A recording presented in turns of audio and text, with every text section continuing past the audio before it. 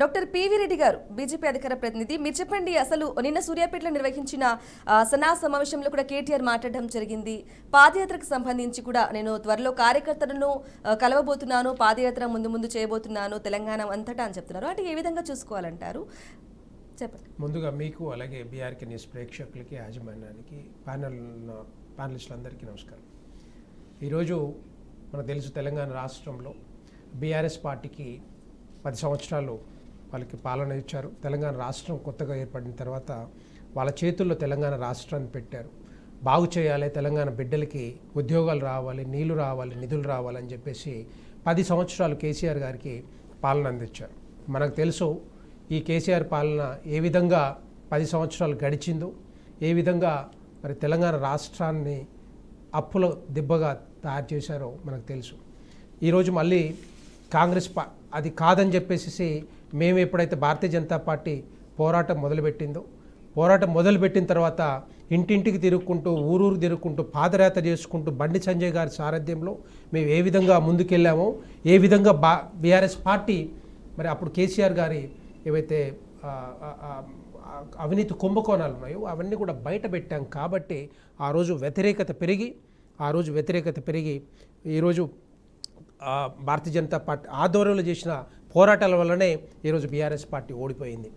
తర్వాత కొన్ని పరిణామాలు భారతీయ జనతా పార్టీలో కొన్ని మాకు అంటే సీట్స్ కొన్ని తక్కువ రావటం, అలాగే ఈ కాంగ్రెస్ పార్టీ ఆ రోజు అన్ని అబద్ధాలు చెప్పి రకరకాల వాగ్దానాలు ఇచ్చి 6 గ్యారెంటీల హామీలు, 13 అంశాలు మనందరికీ తెలుసు, అవన్నీ ఇచ్చి ఈరోజు మేము వస్తే బీఆర్ఎస్ పార్టీ కాదు, కేసీఆర్ కాదు, మేము వస్తే కాంగ్రెస్ పార్టీ వస్తే, కాంగ్రెస్ ప్రభుత్వం వస్తే మీకు 6 గ్యారెంటీలు డెఫినెట్గా అమలు చేస్తాము 100 రోజుల్లో అని చెప్పి ఈరోజు కాంగ్రెస్ ప్రభుత్వం అధికారంలోకి వచ్చిన తర్వాత కూడా వాళ్ళు చేసింది ఏమండి?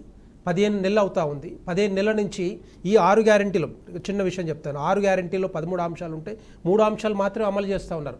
ఒకటి ఉచిత బస్సు, రెండవది గ్యాస్ పథకం, మూడవది 200 యూనిట్ల విద్యుత్తు. ఈ 3 తప్ప మీకు ఎక్కడైనా కనపడతా ఉన్నాయా?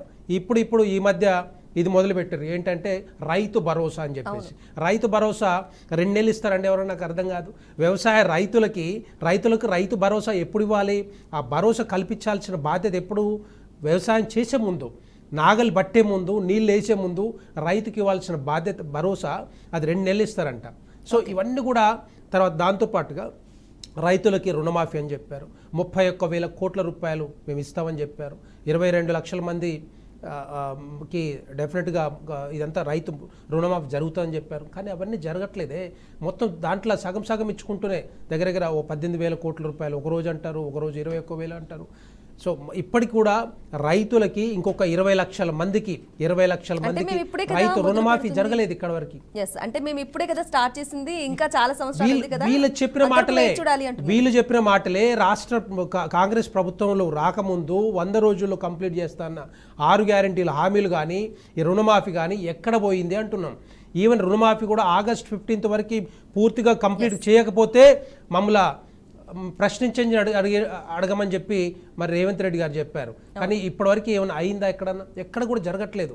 సో అటు బీఆర్ఎస్ ప్రభుత్వం 10 సంవత్సరాల పాలన, ఈరోజు కాంగ్రెస్ పాలన 15 నెలల పాలన, సేమ్ టు సేమ్, రెండు ఒకటే. ఏం చేయలేని పరిస్థితి మనం చూసాం. బడ్జెట్ కూడా ఏ విధంగా జరుగుతూ ఉందో, ఏ విధంగా పెట్టిరో మనం చూసాం. దాంట్లో ఏమన్నా ఎక్స్ట్రా ఏమైనా ఉన్నాయా? ఫర్ ఎగ్జాంపుల్ వీళ్ళే అంటున్నారు కదా, మూసీ ప్రక్షాళన అంటారు, హైడ్రా అంటారు, మెట్రో రైల్ అంటారు, ట్రిపుల్ ఆర్ అంటారు. ఏమన్నా ఎక్కడ కేటాయించారా?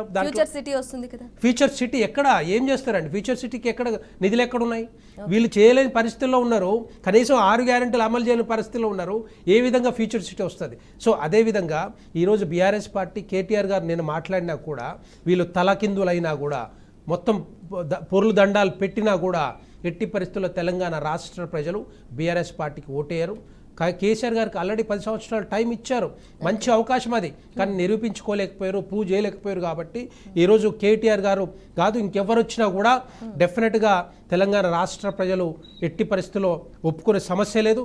అది అటు బీఆర్ఎస్ పార్టీ కాదు, ఇటు కాంగ్రెస్ పార్టీని కూడా, రేవంత్ రెడ్డి గారిని కూడా ఒప్పుకోరు. ఎందుకంటే వాళ్ళే చెప్తా ఉన్నారు, మా దగ్గర పైసలు లేవు, జీతాలు ఇవ్వలేని పరిస్థితి, రోజు నెల వచ్చిందంటే 4,000 కోట్ల రూపాయలు ఆర్బీఐ నుంచి తీసుకురావాల్సిన పరిస్థితి వచ్చిందంటే ఇమాజిన్ చేసుకోండి, ఒక్కసారి అర్థం చేసుకోండి ఏ విధంగా ఈ కాంగ్రెస్ ప్రభుత్వం నడుస్తూ ఉందో మనందరికీ తెలుసు. తెలంగాణ రాష్ట్ర ప్రజలకు చేసింది ఏమీ లేదు, ఏం చేయరు కూడా. రెండు పార్టీలు కూడా ఒకటే ఉంటుంది, ఒకటే దారిలో పోతున్నాయి తప్పితే, బొమ్మ బొరుసు పార్టీలు తప్పితే వీళ్ళకి రాష్ట్ర ప్రజల మీద చిత్తశుద్ధి లేదు. అభివృద్ధి కానీ సంక్షేమ పథకాలు కానీ ఏవైతే ఉన్నాయో అవి అమలు చేయలేని పరిస్థితిలో ఉన్నారంటే డెఫినెట్గా తెలంగాణ రాష్ట్ర ప్రజలందరూ కూడా ఒకటే ఒక మార్గం ఏంటంటే వీళ్ళకి భారతీయ జనతా పార్టీ వైపు చూస్తూ ఉన్నారు. భారతీయ జనతా పార్టీ వస్తే ఈ అభివృద్ధి కాదు, సంక్షేమ పథకాలు కావు, ఎట్టి పరిస్థితుల్లో మేమైతే ప్రామిస్ ఇస్తామో డెఫినెట్గా డెలివరీ చేస్తూ ఉన్నాం. ఈ 18 రాష్ట్రాల్లో భారతదేశం మొత్తం కూడా మేము అదే పని చేస్తూ ఉన్నాం. ఈరోజు కూడా రేపు మేము ఒకవేళ ఇస్తే మాత్రం డెఫినెట్గా అదే డెలివరీ ఉంటుంది. మనం తెలుసు హర్యానా కానీ లేకపోతే మధ్యప్రదేశ్ కానీ రాజస్థాన్ కానీ మొన్న జరిగిన ఢిల్లీ ఎలక్షన్స్లో కూడా భారతదేశ ప్రజలందరూ కూడా భారతీయ జనతా పార్టీని ఆదరిస్తూ ఉన్నారు, ప్రేమిస్తూ ఉన్నారు. ఎట్టి పరిస్థితుల్లో భారతీయ జనతా పార్టీ ప్రధానమంత్రి నరేంద్ర మోడీ గారి వైపు వెళ్తూ ఉన్నారు. ఎందుకంటే ఇక్కడ మేము చేసే ప్రతిదీ కూడా గమనిస్తూ ఉన్నారు. ఈ రోజుల్లో గ్రామీణ ప్రాంతాల్లో గ్రామీణ ప్రజలు బాగుపడతా ఉన్నారు. గ్రామీణ ప్రాంతాల్లో నిధులు వస్తూ ఉన్నాయంటే ప్రధానమంత్రి కేంద్ర ప్రభుత్వ నిధులతోటే నడుస్తూ ఉంది తప్పితే ఎక్కడ కూడా ఏం జరగట్లేదు. ఎందుకంటే రాష్ట్ర ప్రభుత్వం దగ్గర నిధులు లేవు, డబ్బులు లేవు, బడ్జెట్ లేదు, ఏవీ లేవు. ఇక్కడ ఒక మాట మాట్లాడతారు, అక్కడ పోయి ఢిల్లీలో ఇంకొక మాట మాట్లాడతారు. ఎంత కూడా ఏంటంటే ఇలా మాట్లాడితే తెలంగాణ రాష్ట్రానికి ఎప్పుడైనా నిధులు వస్తాయా, ఇన్వెస్ట్మెంట్లు వస్తాయా, కంపెనీస్ వస్తాయా, ఉద్యోగాలు వస్తాయా? పోనీ ఇట్లా మా దగ్గర బడ్జెట్ లేదు, మేము ఏం చేయలేకపోతా ఉన్నాం అంటే డెఫినెట్గా ఏ కంపెనీ ఇక్కడికి రాదు, తెలంగాణ రాష్ట్రానికి రాదు. వచ్చిన కంపెనీలు 2-3 కంపెనీస్ వచ్చినాయి. ఒకటి తమిళనాడు పోయింది, ఒకటి గుజరాత్ పోయింది, ఇంకొక రాష్ట్రానికి పోయింది.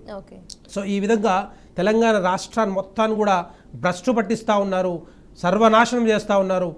ఉన్న ధనిక తెలంగాణని మొత్తం అప్పుల కుప్ప తెలంగాణ చేశారు. 7 లక్షల కోట్ల అప్పు మనం తెలుసు. ఇప్పుడు అదే కాంగ్రెస్ పార్టీ 7 లక్షల కోట్లు బీఆర్ఎస్ పార్టీ చేస్తే దానికి అప్పులకు వడ్డీలు కట్టించుకుంటూ మేము పోతా ఉన్నాం.